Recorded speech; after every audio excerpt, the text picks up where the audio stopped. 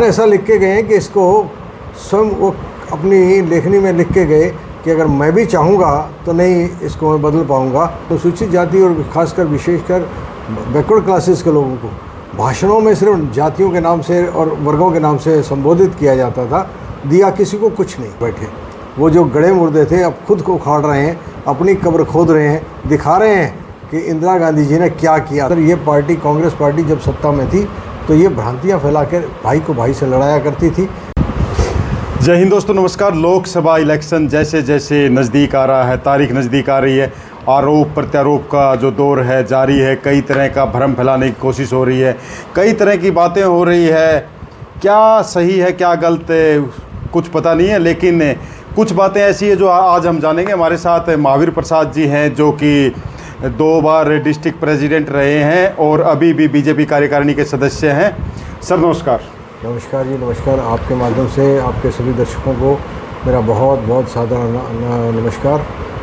महावीर प्रसाद जी, जैसे जैसे इलेक्शन नज़दीक आ रहा है कई तरह के आरोप प्रत्यारोप लग रहे हैं। थोड़ा जानना चाहूँगा कि संविधान के बारे में और आरक्षण के बारे में भी बीजेपी पे खास करके जो विपक्ष है वो कटाक्ष कर रहा है, आरोप लगा रहा है कि ये चीज़ हो जाएगा वो हो जाएगा, उसके बारे में क्या कहेंगे आप? असलियत ये है कि कांग्रेस के पास कोई मुद्दा है ही नहीं, भ्रम फैलाने के सिवा और कुछ कर नहीं सकते। ये जो खुद करना चाहते थे उसका लांछन भारतीय जनता पार्टी पर लगा रहे हैं। मैं पहले भी कुछ लोगों को बता चुका हूँ, काफ़ी बार मैंने बताया भी है। 42nd अमेंडमेंट जो 1976 में मिसेस गांधी जी जब प्राइम मिनिस्टर थी, उनकी जब काफ़ी मेजॉरिटी थी तो उन्होंने कोशिश की थी कि इंडियन पार्लियामेंट्री सिस्टम को चेंज करके वो प्रेसिडेंशियल फॉर्म ऑफ गवर्नमेंट लाना चाहती थी। उन्होंने 42nd अमेंडमेंट थी वो लाए थे और वो सुप्रीम कोर्ट में जाके टूटी थी। कारण सिर्फ एक था कि सुप्रीम कोर्ट की रूलिंग आई थी कि preamble of the constitution can not be altered.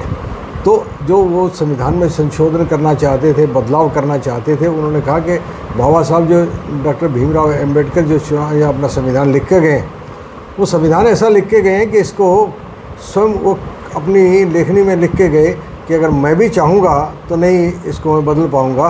मैंने ऐसा संविधान दिया है क्योंकि इसमें सबसे ज़्यादा बड़ा काम उन्होंने देश के गरीब तबके का संरक्षण किया और इसके साथ जाति प्रथा के ऊपर बहुत ज़बरदस्त प्रहार किया था। बराबर लाने का जो प्रयास था उन्होंने इसमें सब रास्ते खोले थे। लोग इस बात को लेके कई जगह देखा गया है कि हकीकत मान रहे हैं इस चीज़ को कि हाँ ऐसा हो सकता है, और बीजेपी से खासे कई जो नाराज़ हुए हैं। आपकी बहुत पकड़ है अनुसूचित जाति पे, क्या कहना चाहोगे उन लोगों को? देखिए, हमारे समाज खासकर अनुसूचित जाति का और बैकवर्ड क्लासेस के वो सीधे साधे और भोले लोग हैं। आज तक इनको भ्रमित करती आई कांग्रेस ने, भ्रमित किया, पूरा भ्रमित किया। कांग्रेस तो वैसे देश को मूर्ख बनाती आई थी। कोई टाइम था जब इन्होंने कहा था कि बैंकों का राष्ट्रीयकरण कर दिया और बैंकों के राष्ट्रीयकरण से सभी के बैंकों का मालिक बना दिया था, लेकिन किसी के पल्ले चवन्नी नहीं पड़ी। इसी के साथ साथ अनुसूचित जाति और खासकर विशेषकर बैकवर्ड क्लासेस के लोगों को भाषणों में सिर्फ जातियों के नाम से और वर्गों के नाम से संबोधित किया जाता था, दिया किसी को कुछ नहीं।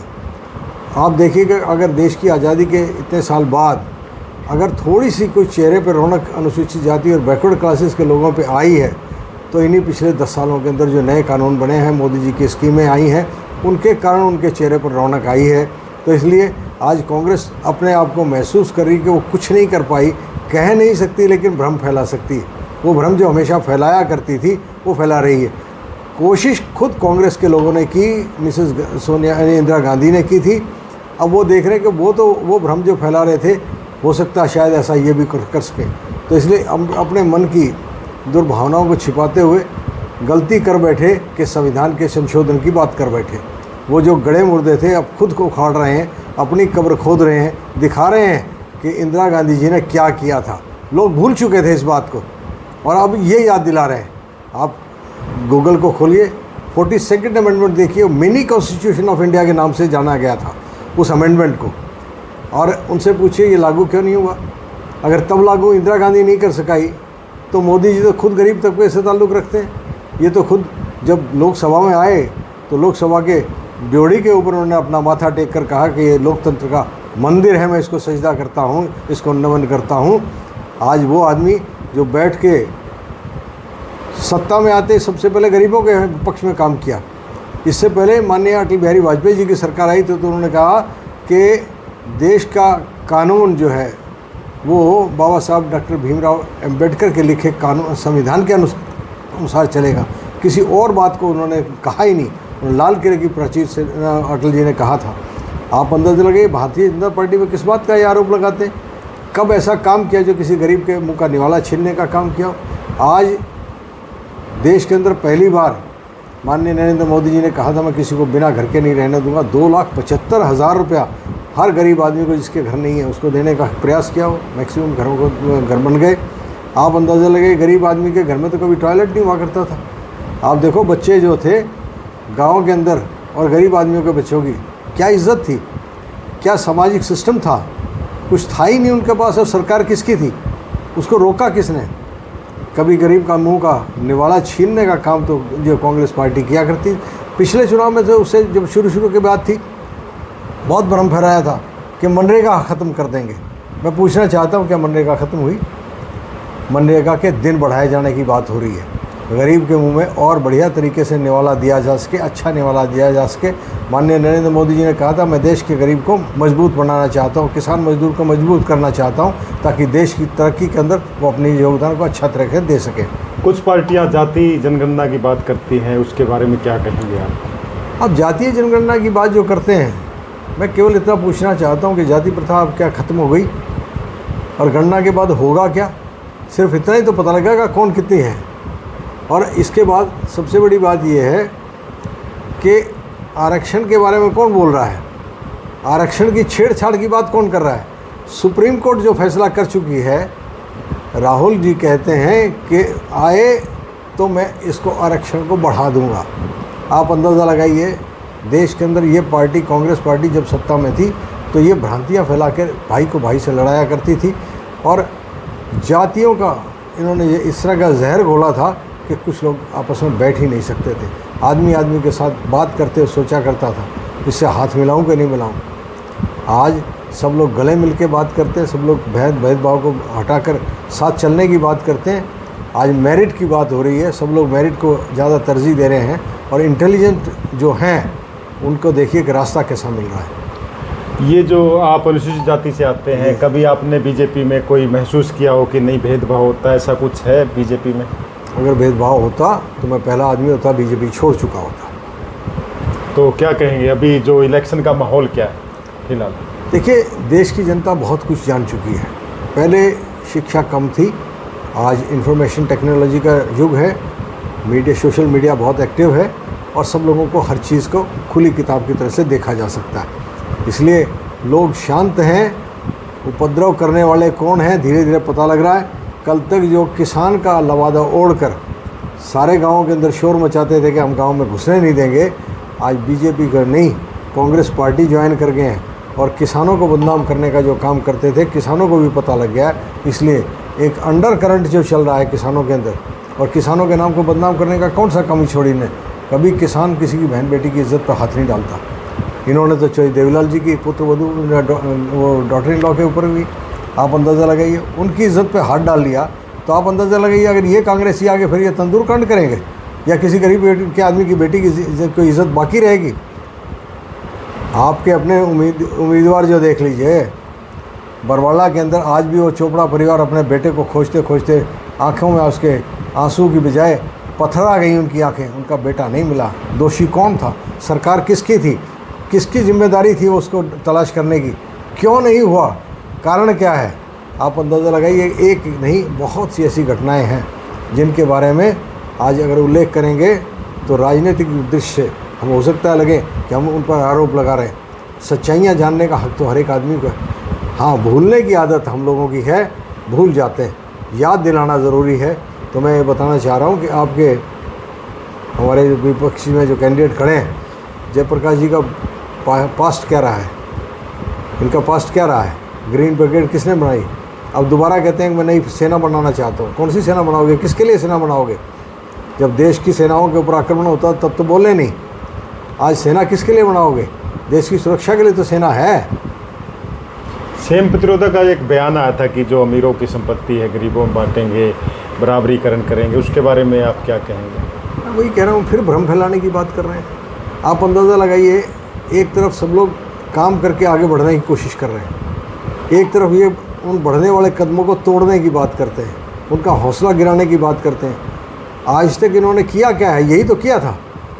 आज से पहले जो सैम पित्रोदा जी कह रहे हैं आवरण बदला है सिर्फ। आज कांग्रेस सत्ता से बाहर हो गई तो अमीरों का नाम ले दिया, अदरवाइज इन्होंने छोड़ा तो किसी को नहीं। इतने बड़े बड़े घोटाले थे तो क्या देश की संपत्ति नहीं थी? वो देश की संपत्ति जिसके अंदर सभी लोग अपना टैक्स दिया करते थे, इतने बड़े बड़े घोटाले करने का फिर मन करता है। इसलिए चाहते कि किसी तरह से भी बरगला के किसी तरह सत्ता हथिया लें और फिर उसी तरह से हम लूट लूट के सारे देश को खाएंगे और फिर मौज उड़ाएंगे। कांग्रेस और बीएसपी का दावा है कि जो अनुसूचित जाति है उसका बड़ा वोट बैंक उनके साथ है, क्या कहेंगे इस बात में? देखिए, दावे करना राजनीति का एक मजबूरी है। चुनाव के अंदर दावे नहीं करेंगे तो क्या हार मान लें? आज अगर वो कांग्रेस वाले ये कहें कि हम नहीं जीत रहे तो क्या कहेंगे? दावा ही तो करना है, कोई कारण नहीं है कि दावे का कि भाई किस आधार पर वो कह रहे हैं। तो क्या ऐसे कारण है आपके पास कि आपको वोट मिलेगा जो अनुसूचित जाति है, पिछड़ा वर्ग है उनके? देखिए, सबसे पहली बात तो मैं ये कहना चाहता हूँ, देश में पहली सरकार ऐसी आई है जिसने जातिवाद को जो है इतना बढ़ावा नहीं दिया, वरना जातीय नफ़रतें बढ़ा करती थी। ऐसा एक आवरण सा बना दिया था, ऐसा माहौल बन गया था, लगता था 20% के अंदर जो शेड्यूल कास्ट कैटेगरी का आदमी है वो सबके साथ ज़्यादती कर रहा है, उसको वो नंबर कम मिले तो एक भ्रम सा फैलाया जा रहा था कि सब कुछ यही खा गए। 80% जिसको मिलता था वो भी ये महसूस करता था कि 20% वाला ही सब खा गया। अब कांग्रेस पार्टी ने ए और बी कैटेगरी किया, फिर भाई को भाई से लड़ाने की बात की, शिक्षा को बढ़ावा नहीं दिया। जो बाबा साहब ने कहा था कि शिक्षित बनो, संगठित बनो और संघर्ष करो, उनको तो भुला ही दिया इन्होंने। बाबा साहब का सबसे बड़ा दुश्मन अगर कोई है और उनके बताए विचारों को ख़त्म करने का काम किया है तो कांग्रेस पार्टी ने किया। आप अंदाज़ा लगाइए, ये तो कह रहे थे 8वीं तक तो वैसे ही पास कर देंगे, 10वीं तक पास कर देंगे। 10वीं तक अगर पास वैसे कर दोगे तो बच्चे का भविष्य क्या रहेगा? आप बिना पढ़े सबको पास कर रहे हो तो उनको क्या देंगे? एक सर्टिफिकेट देके मजदूर बनाना चाह रहे हो। तो हिसार के जो बीजेपी के कैंडिडेट हैं उनके बारे में आपकी क्या राय है, क्या कहना चाहेंगे? देखिए, हिसार के कैंडिडेट जो हैं, जो बीजेपी के कैंडिडेट जो रणजीत सिंह जी हैं, उन्होंने एक लंबे अरसे तक 16 साल कहना आसान है, 16 साल हिसार में 5 तारीख को आते थे।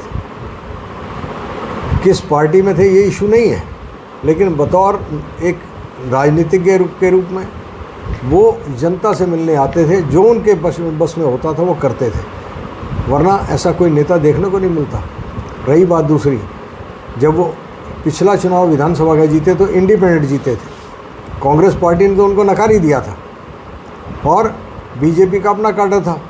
तो इसलिए चुनाव में इंडिपेंडेंट जीते क्यों? क्योंकि लोगों के दिल में इनकी जगह थी, लोग इनको चाहते थे, लोगों ने इंडिपेंडेंट जिताया।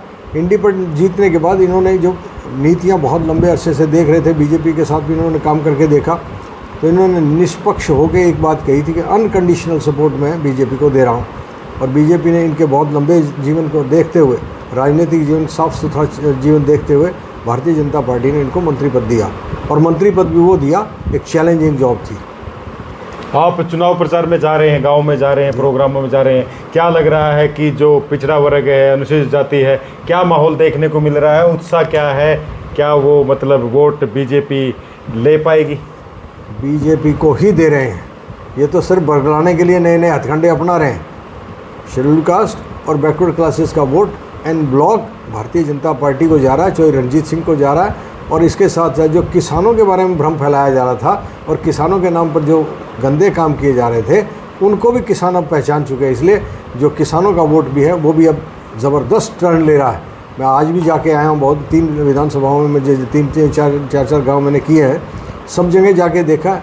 वोट मांगने की ज़रूरत, कहते हैं हमारी आंखें खुल गई। लोग कहते हैं कि हमारे को इतना भ्रम में रखा जा रहा था, भाई किसानों के नाम के ऊपर ये सब कुछ हो रहा था, हमें तो पता ही नहीं। ये प्लांटेड लोग थे, ये कांग्रेस के प्लांटेड लोग थे, आज दोबारा भाग भाग के वो उसी में क्यों जा रहे हैं, किसी दूसरी पार्टी में क्यों नहीं? 400 पार के बारे में क्या कहेंगे, जो एक चल रहा है स्लोगन? देश की जनता हिंदुस्तान की मौजूदा सरकार माननीय नरेंद्र मोदी जी को एक मजबूत प्रधानमंत्री के रूप में देखना चाहती, क्योंकि उन्होंने देश का बहुत बड़ा मान बढ़ाया है, देश को बहुत आर्थिक संकट से भी उभारने का प्रयास कर रहे हैं। और इसके साथ साथ आम गरीब आदमी को भी भूखा नहीं सोने दिया, उसको मजबूत करने का काम किया। देश की सेनाओं को, चाहे वो 0 डिग्री टेम्परेचर पे भी कोई नौजवान खड़ा तो वो किसान का ही बेटा है, किसी मजदूर का बेटा ही है, उसकी सुरक्षा और उसके स्वास्थ्य का ख्याल किया है। 0 डिग्री टेम्परेचर में भी खड़े होने वाले को ऐसी ऐसी ड्रेसेस दी हैं कि उनको बर्फ़ नहीं तंग कर सकती, उनके सेहत को ख़राब नहीं कर सकती। हथियार ऐसे ऐसे हिंदुस्तान में बन रहे हैं, भारत के हथियारों की अब डिमांड दुनिया में हो रही है। इंडिया खुद सक्षम हो गया है अपनी तोपें बनाने में, टैंक बनाने में, पनडुब्बी बनाने में, फाइटर प्लेन बनाने में, उसकी डिमांड बढ़ती जा रही है। और जिस दिन ये आप देखिए कि बिक्री अब शुरू हुई है, रशिया ने पिछले कुछ 4-5 दिन पहले हिंदुस्तान के हथियार मांगे। आप सोचिए, कहाँ तो इंडिया हथियार ख़रीदा करता था, आज हिंदुस्तान उस दुनिया की उस होड़ में आ गया जब हिंदुस्तान के हथियार दुनिया के अच्छे से अच्छे हथियारों से भी ऊपर जाने लगे हैं। रशिया जैसा कंट्री, कभी हम रशिया से हथियार मांगते थे, आज रशिया हथियार मांग रहा है। आप अंदाज़ा लगाइए, जब ये हथियार बिकेंगे और चीज़ें बिकेंगी, हमारी क्वालिटी इतनी बढ़िया हो रही है, तो आप अंदाज़ा लगाइए पैसे का कितना बड़ा लाभ होगा हिंदुस्तान को, और हिंदुस्तान मजबूत होगा। तभी देश के प्रधानमंत्री माननीय नरेंद्र मोदी जी कहते हैं कि अगले 5 साल के अंदर भारत विश्व की तीसरी आर्थिक शक्ति बनेगा। इसलिए ये तो स्वाभाविक है, इसलिए जितनी भी ज़्यादा जनता इनका साथ देगी, देश का गौरव बढ़ेगा। कभी हिंदुस्तान का आदमी सोच सकता था बाहर जाने की? बाहर जाया भी करता तो किस तरह से जाया करता था, कितना मजाक उड़ता था उनका। मेरे बहुत से मिलने वाले मेरे मित्र भी, उनके बच्चे भी हैं बाहर हैं, तो वो जो कहते हैं कि आज अब जब ये कहते हैं कि वी आर फ्रॉम इंडिया, तो लोग हम लोगों को सैल्यूट करते हैं। आज देश का जो सबसे बड़ा दुश्मन था पाकिस्तान के लोग ये कह रहे हैं कि हमें आज शायद मोदी मिल जाता तो हमारी भी ज़िंदगी सुधर जाती। आप अंदाज़ा लगाइए। तो इसलिए देश की जनता अब सब देख रही है और सब समझदार लोग हैं। 400 पार तो कोई बात ही नहीं रहेगी, ये तो बता दिया, वरना बिना बताए 400 पार होना था। और आखिर में मैं वही अपने पहले सवाल पे आ रहा हूँ कि जो एक भ्रम की जो स्थिति पैदा की जा रही थी आरक्षण को लेके, संविधान को लेके, क्या अपील करना चाहोगे आप दर्शकों? मैं तो केवल सभी मेरे अनुसूचित जाति के भाइयों से और बैकवर्ड क्लासेस के भाइयों से मैं सबसे एक ही अपील करता हूँ कि माननीय नरेंद्र मोदी जी को संविधान तोड़ने की ज़रूरत नहीं, और अगर संविधान तोड़ना होता तो कभी तो क्या तोड़ चुके थे। जब धारा 370 हटाई जा सकती है तो संविधान तोड़ना होता तब तोड़ सकते। लेकिन देश के प्रधानमंत्री तो खुल्लम खुला कह रहे हैं कि इस संविधान को तोड़ ही नहीं सकता कोई, और इसके बारे में कोई सोचा भी नहीं, और ऐसा संभव भी नहीं है, और ऐसा संभव भी नहीं है। तो इसलिए ये बात सिर्फ कांग्रेस पार्टी की बहकावा कर सकती है, भ्रम पैदा कर सकती है। आज इनको याद आ रहा है 1-1 लाख रुपया देने का। जब इनका टाइम था तो अनाज सड़ गया, किसी को 1 रुपये का अनाज इन्होंने दिया नहीं। इसलिए आज ये भ्रम फैलाने की बातें हो रही हैं। कुछ देना दौड़ा कुछ नहीं, और देंगे क्या, सिर्फ धोखा दे रहे हैं और कुछ नहीं देंगे। धन्यवाद आपका। तो हमारे साथ महावीर प्रसाद जी थे, जिनका कहना है कि जो भ्रम की स्थिति पैदा की जा रही विपक्ष के जरिए, खाली वोट हथियाने का एक हथियार है और कुछ भी नहीं है, और बाकी इसकी इन बातों से बचें और भ्रम ना पालें किसी भी तरह का, और अपने विवेक से काम लेते हुए अपना वोट का अधिकार जो है वो पालन करें उसका, और वोट डालें, ज़रूर डालें। एक थोड़ा ये वोट डालने के बारे में कि कई जगह सुनने में आ रहा है कि परसेंटेज कम हो रहा है, उसके बारे में लोगों से क्या कहना चाहोगे आप? जो देखिए, आज इस बारे में भी ये इनके जो भ्रम फैलाए जा रहे हैं, लोग बीजेपी के खिलाफ वोट देना नहीं चाहते और कांग्रेस की तरफ हाथ नहीं जा रहा था। इसलिए कई बार सोचता आदमी यूँ ही ठीक है, पड़े रहो। तो मैं उनसे भी एक विनती करता हूँ कि ये देश की तरक्की के और देश की और आर्थिक मजबूती के लिए, सबके खुशहाली के लिए ये चुनाव है, देश की दशा और दिशा बदलने वाला चुनाव है, देश की दुनिया के अंदर एक बहुत बड़ी ताकत बनकर उभरे इसका चुनाव है। मैं आप सब लोगों से हाथ जोड़ कर अपील करता हूँ, और ख़ासकर विशेषकर मेरे अपने अनुसूचित जाति के और बैकवर्ड क्लासेस के भाइयों से, कि दिल खोल कर भारतीय जनता पार्टी के कमल चिन्ह के बटन को दबाकर अपना समर्थन दे के मोदी जी को नहीं, अपने आने वाले नौजवान बच्चों का भविष्य सुधारने का काम करें। क्योंकि मोदी जी हैं जो कहते हैं कि मैं नौकर नहीं, मैं मालिक बनाना चाहता हूँ। उस मालिक बनाने वाले को मजबूत करेंगे तो आपके बच्चे मालिक बनेंगे, वरना नौकरियों के ऊपर तो लड़ते रहे। पहले गुलाबी राशन कार्ड पर कांग्रेस लड़ाती रही। तो हिसार में क्या माहौल है? मैं कहता हूँ हिसार की लोकसभा का चुनाव रिज़ल्ट एक एस्टॉनिशिंग रिज़ल्ट होगा, उम्मीद से अलग रिज़ल्ट होगा। लोग देखेंगे कि जो चुपचाप लोग देखते हैं, सुनते हैं और कंपैरिजन कर रहे हैं कैंडिडेट्स का और पार्टियों का, उस नाम पे। मोदी जी के मुकाबले में क्या, और चाहे रंजीत सिंह के मुकाबले में क्या।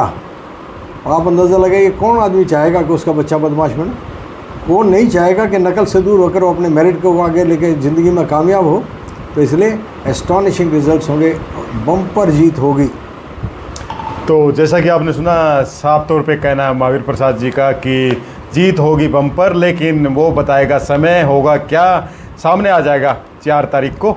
तब तक के लिए आप कीजिए इंतज़ार और हमारे साथ ऐसे ही बने रहिए। मैं देव आज़ाद, कैमरा पर्सन चैतन्य के साथ मिलेंगे जल्द ही अगली अपडेट पे। जय हिंद, जय भारत।